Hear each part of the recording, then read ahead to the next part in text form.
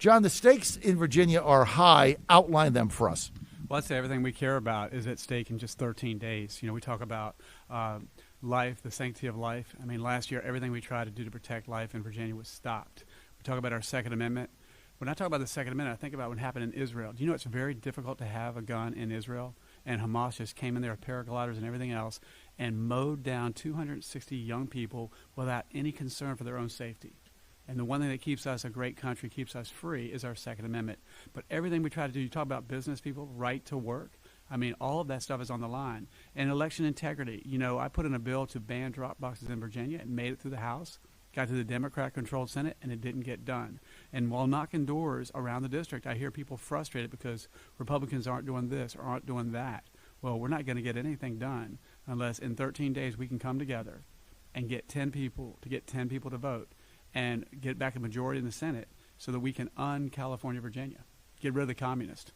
Well, I mean, that's the other thing what people don't realize is the communist takeover of the Democrat Party is probably more manifested in Virginia than anywhere. I mean, for instance, for the people that don't know, there were three moderate Democrats in the state Senate. Joe Morrissey, Chap Peterson, and Lionel Sproul. And they basically were pro-pipeline, pro-business guys. I mean, they voted with the Democrats, but they were pro-business and they were moderates. You could talk to them. They wanted to open up schools, right? Chap Peterson fought for that. They all got knocked off in primaries by radical left-wing crazy whack jobs that are communist.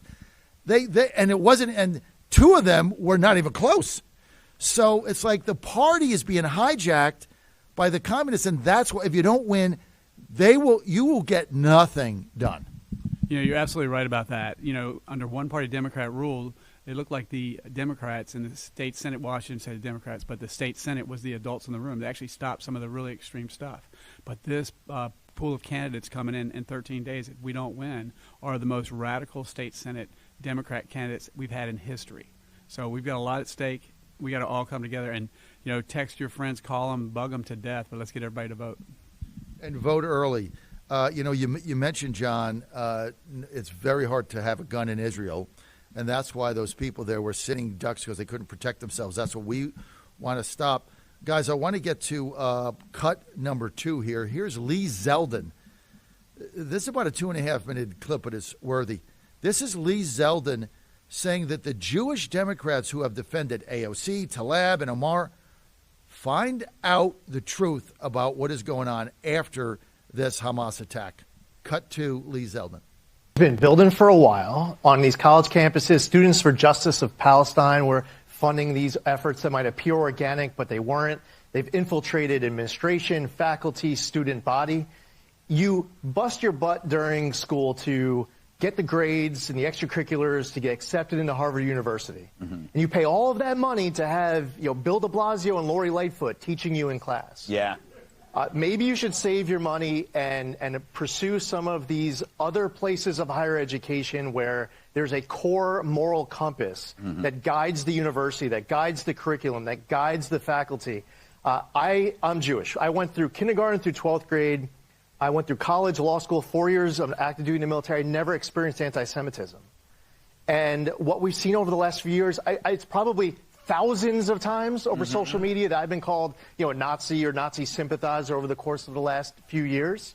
My daughters are a little bit older, Jim. They're 17. They're seniors. Their applications are now going in. And I want them to be able to have an experience where they are encouraged to think independently, to be Jewish, or you could go there and be whatever faith you want to be, whatever background, whatever ethnicity you want to be. But right now it's creating an environment where people feel threatened to go from their dorm to their classroom, people who are talking like Hamas terrorists, they're dressing like Hamas terrorists, and they're threatening violence. So I think we all need to speak up, and that includes the left, because there have been a lot of Jewish Democrats who have defended AOC and Tlaib and Omar, and now you see that these people who you were defending weren't going to be there for you when October 7th rolls around in Israel. Mm-hmm. Yep.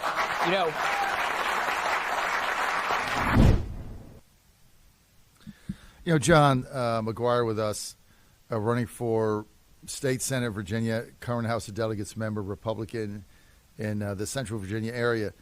John, you mentioned at the top when you came on about it's so hard for residents of Israel to get a gun, and they were basically sitting ducks in this attack. And shouldn't that be a wake-up call for us? It should be a wake-up call. You know, for Navy SEAL Special Operations Forces, they call us the tip of the spear for American foreign policy overseas. I served as a Navy SEAL with the IDF, and they treat us like family, like brothers, and my heart just goes out to them. They absolutely have a right to defend themselves, and, you know, it says in our Navy SEAL creed that we use our strength to protect those that don't have the strength to protect themselves. We can't stand a bully, and we can't stand evil, and we've got to stand for something or fall for anything. And so we've got to stand strong on our Second Amendment right. I believe that with this open borders and this fentanyl, all this stuff coming across, that these guys have cells all over our country. But the thing is, if they come in here right now, I think a few of us are going to take care of them, but we shouldn't have that problem. So how dangerous is this? Because we don't really know if there's 2 cells, 200 cells, or 2,000 cells. We don't really know who's here. We can't track them. We know that we're paying them to come over. We're giving them $3,800 cash, luxury hotel rooms, phone, internet, apps, whatever they need. They all get it for free, health care. Many of these come over military-age men. I mean, if there's coordinated attacks, what do you see happening? I got about 2 minutes, John. Well, I'd say there's a war on common sense. And if you had a list of things you would do if you wanted to destroy our country, I don't call them Democrats, I call them communists. They're following that list. Open borders, defund the police, take away your right to protect yourself, make you a helpless victim. What we've got to do is I'd ask everybody to buy some ammo and buy a gun. And if you see something, say something, do something. We live in a great country. I do still believe that our better days are ahead of us. But I know one thing, it's good versus evil, and God is going to get the last word.